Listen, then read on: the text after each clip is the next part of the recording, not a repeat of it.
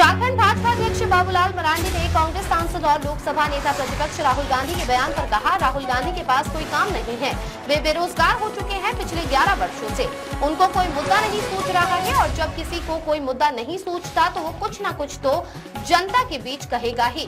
बिहार आ रहे हैं तो वे राहुल गांधी कुछ तो बोलेंगे ही। यहाँ बिहार भी जो पति पत्नी की सरकार चली उनके काम को भी सबने देखा है, भला वे जंगलराज के बारे में भी कैसे बोलेंगे या बताएंगे। ऐसे में उनके पास एक ही रास्ता बचता है कि पीएम मोदी के नाम पर कुछ भी बोलते रहो।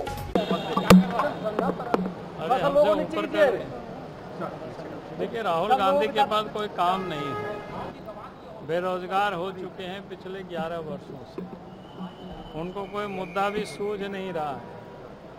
जब जिसको कोई मुद्दा नहीं सूझे तो कुछ ना कुछ तो बोलेगा ये गिर जनता के बीच में।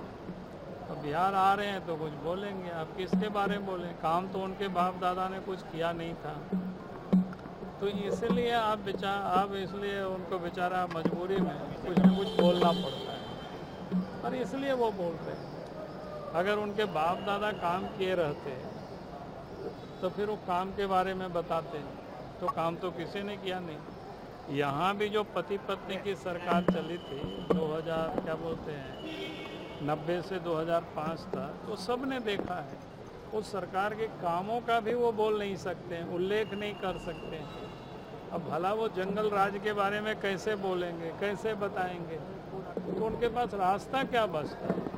फिर उनके पास एक ही रास्ता बचता है, चलो भैया नरेंद्र मोदी जी के नाम से कुछ भी बोलते रहो, उनका भी गुजारा हो जाता है। फिर आए हैं तो कुछ तो बोलेंगे ही ना, और इसलिए वो कुछ वो बोलते रहते हैं।